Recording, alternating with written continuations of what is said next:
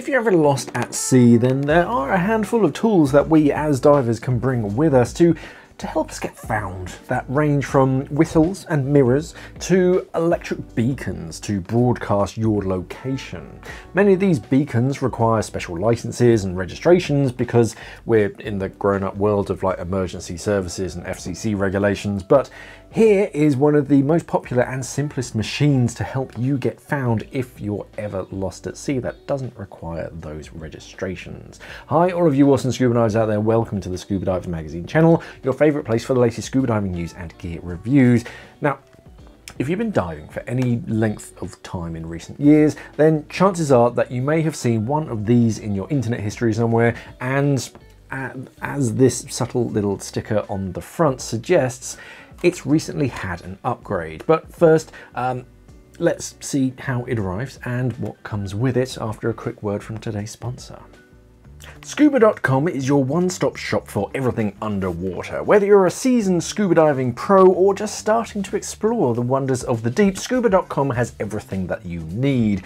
Browse their extensive selection of scuba and snorkeling equipment from leading brands, find masks, fins, BCDs, wetsuits and regulators and everything else that you need for a comfortable and safe dive. Scuba.com's team consists of highly trained and experienced professionals who have dived all over the world. Get personalized recommendations for the perfect gear, no matter your diving destination or style. Ready to take the plunge? Scuba.com offers scuba diving classes from all levels, from beginner open water diver certification to advanced technical diving courses. If you're looking for the ultimate underwater adventure, Scuba.com curates diving trips around the globe to exotic destinations. Dive into a world of possibilities with Scuba.com. This is how it arrives in a fancy little box with a window on the front. It's got a fair amount of information on the rear, worldwide batteries, basically how it works.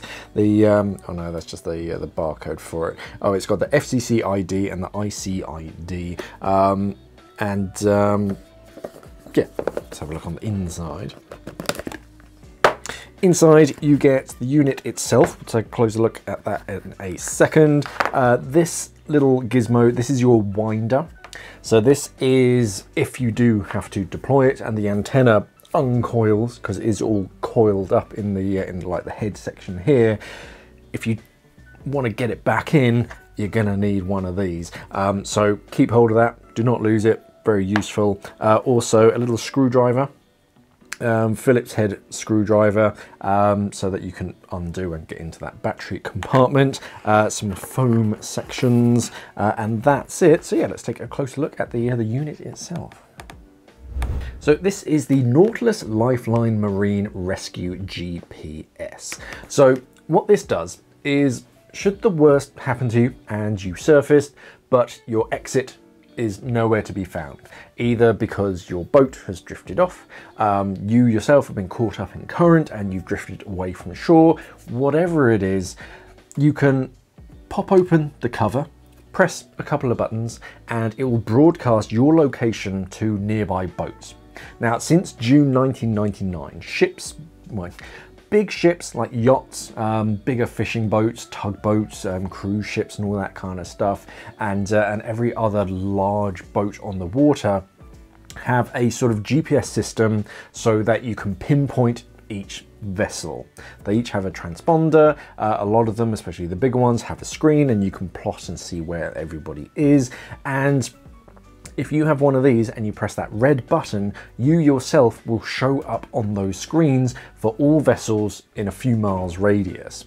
The maximum range has been tested out to 54 kilometers, but that was on a tall antenna. So this is really like line of sight. So just your arm held in the air, holding it up, is going to limit that to probably less than 10 kilometers. You're probably talking about 5 miles. It utilizes dual DSC and AIS technology on VHF radios, and you can set it up with the app that you can download on your phone for free for different locations and even different boats. You type in the serial number, you enter where you're going to be diving, you can type in the specific number for your actual boat that you're going to be diving on. Each boat They have their own MMSI, or Maritime Mobile Service Identity, which is a bit like a serial number to identify that particular vessel whenever it's communicating. And if you enter that into the app and then pair it with this, your GPS will broadcast a special DSC message to that particular maritime marine radio on your own vessel, saying that you need to be collected, so that they know it's one of their divers in particular. Or if you don't do that, it's just going to ask everyone in the area that it can reach, please help. It also has the ability to broadcast a DSC signal, which when activated will send a distress signal. The DSC device will include this particular device's MMSI number and also include the coordinates of your location in certain waters. It isn't turned on by default because of like regulations and stuff, but the app will walk you through turning it on or off for wherever you're going to be diving. The unit itself is waterproof down to around 130 meters straight out of the box, but with the lid open, if you do pop it open, now in this current state, it's only IP68, so only really open it up on the surface. You can dunk it like accidentally on the surface like this. You can hold it underwater at like 1 meter for, I want to say half an hour, but you can splash it, you can dunk it, but don't open it underwater. And before I get asked in the comments, no, this does not work underwater. It only works when you're on the surface. The unit does float. So if you do mishandle it accidentally, it's not going to sink and disappear. Even with the lid open, it will just float on the surface, but do try to keep hold of it, obviously. As I mentioned, this is the next gen version, which has a few improvements to a few of the features. The first is a longer transmission time, is a bit more efficient with its battery power, to almost 100 hours of transmission time. So as soon as you activate it and you start broadcasting, it's going to give you up to 100 hours. Improved range, so it's got, again, more efficient signal. A enhanced accuracy, so I think it's 1.5 meters it will trace you down to, or it will like tell them this is the location. That's accurate to within 1.5 meters. Faster activation, so it just wakes up that much faster. Both the AIS and the DSC, which I've spoken about. A strobe light, so if you're lost at night, you've got some lighting as well. Position reporting or a distress mode also. The unit, when it's closed up, measures 97 millimeters tall, about 75 millimeters wide at the hinge, and 40 millimeters around the collar as far as depth. The body is made from plastic and has a rubbery section around the bottom and around one side that gives you a little extra grip. Not a lot, but just a little extra something. It's better than the standard plastic.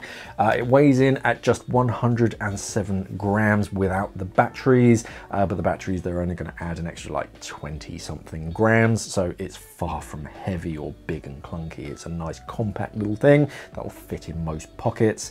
As far as temperature range, it'll work down to negative 25 degrees Celsius, which is very cold, and up to 55 degrees Celsius, which is very hot. There's also an eyelet to tie or clip a lanyard to it, which you do want to do if you're bringing this with you on a dive, especially if you're wearing gloves. You don't want to fumble it accidentally. So yeah, it's always best to tie it off and attach it to some kind of a D-ring. It's pretty tough to open it up by design. You don't want to accidentally open it mid-dive. There's a decent amount of force on that you really do have to lever it up, and then you can get into it. And inside you have 3 color-coded buttons. The red one, the emergency one, is covered up by a shield, which also holds in that antenna. The blue button is the on-off button. You have a yellow one, which is your tester, just to make sure that it's ready and it will activate when you want it to. And when you really do want to activate it for help, then you can pop this clip off, which uncoils the metal antennae, and it uncovers the red button. You hold that down. There are instructions all over the device and it's pretty simple to remember that. And then you activate the emergency mode by holding down that red button. This isn't a single-use tool. You can recoil that antenna with that supplied tool that I spoke about earlier. Just keep hold of that clear cover. There's not much to keep that from just pinging off and disappearing. So if you can, keep a level head, try to keep hold of that. You can get replacement parts for pretty much everything, but if you can, just try to keep hold of that, obviously. This top white section screws in place, and then underneath that is the battery compartment. It requires a pair of CR123 batteries that don't come with it. And with decent batteries, yeah, it's gonna broadcast upwards of 100 hours, which is like 4 days. Hopefully you'll be found by then. And Nautilus Lifeline rates the seals for 5 years with a 5-year warranty. These aren't any just basic O-ring seals. I think they call them like diamond seals, so they don't need any silicone grease. You do have to get the specific ones for it, but yeah, they'll rate them for 5 years to prevent flooding. Now, here's a bunch of technical information for those of you who know the difference between AIS and DSC. Who's this for? It's really for anybody who spends time in or around the water. So if you go surfing, if you go out boating, free diving, or just about anywhere where there's a non-zero chance of you ending up in the water, this is a useful tool to have with you. It's perfect for scuba divers because of its relative size, and the key thing with this one is other emergency beacons aren't rated for scuba diving depths, and they require some extra waterproof casing. So you'll often see divers with biggish canisters just to bring these things with them on a dive so that when they surface, yeah, should the worst happen, they have to undo them and get them out. Whereas this, as soon as you do that, you can take it down to 130 meters, which is deeper than I've ever been. It's deeper than most divers have ever been in this compact, neat little package. And it's not an additional extra. You don't have to buy an extra waterproof casing, and you don't require any kind of like additional registration as well. But this is registered with its own MMSI number out of the factory, and it's ready to go diving straight out of the box. Obviously, once you put batteries in it. But yeah, out of the box, it's ready to go scuba diving. But if you're out sailing on a different day, then yeah, you can strap it to yourself. If you fall in, then you can activate it. If you're snorkeling, if you're surfing, stand-up paddleboarding, whatever you're doing in and around the ocean, it can be useful, and it doesn't take up very much space. There are a few optional extras, like accessories and pouches that you can put this into, so that you can like thread it onto a belt or some kind of strap, or if you just want to keep it in a pocket, then of course you have that eyelet, just attach it somewhere nice and secure. This ticks a lot of boxes for me as a diver. Should the worst happen, I always bring my DSMB, but even so, even in rougher seas, it can be quite hard for someone, and someone's got to be specifically looking in your direction to see it. Whereas with this, if you ping up on their like GPS screen in front of them, they know exactly which direction to go, and they can track your movement over time, and they can like meet you where you're going to be. The main downside is the range and the simplicity compared to some of the competitors out there. But when you do weigh in the price of £218 or $250, it's a lot more affordable than the competition. Whilst it will talk to radio systems built since 1999, you'll probably find plenty of older systems in some waters. So don't expect it to summon absolutely every boat in the area to come to your rescue. You'll probably be, you might be surprised at how old some of the radio like GPS systems on some boats are. So yeah, don't expect every boat to come to your rescue. Do a bit of research before you head out with it. And it's not talking to satellites or anything like some competitors. It's only talking line of sight and VHF radio frequencies. But if something can make me stand out even a little more in the water and increase my chances of being found sooner, even by a small margin, then it's coming with me. Remember that this is a passive benefit as well, in that once you press that button, it just continues to call for help until you turn it off or the battery runs out. If it were me, I'd probably strap it or try and find a way to strap it to the top of my DSMB so that I get it as high as possible out of the water and the best range. And also remember that this isn't a, I'm feeling a bit tired, like please come and collect me. It's not one of those. This is a serious emergency like territory where every boat in the area is going to have something on their emergency frequency in the area, and they're going to come pick you up if they receive that signal. So yeah, use it in the correct circumstances. For more information, you can check it out on the scuba.com website. I'll pop a link up here in the corner and down in the description below as well if you missed that one. Remember to give this video an upvote if you found it useful, and if there's anything else that you'd like me to take a closer look at, then by all means let me know down in the comments. It can take me a little while to get hold of some things nowadays, but I do my best. To stay up to date with the latest scuba diving news, remember to head over to divernet.com, our website, and of course subscribe to the channel here on YouTube. Thank you for watching everybody, and of course, safe diving.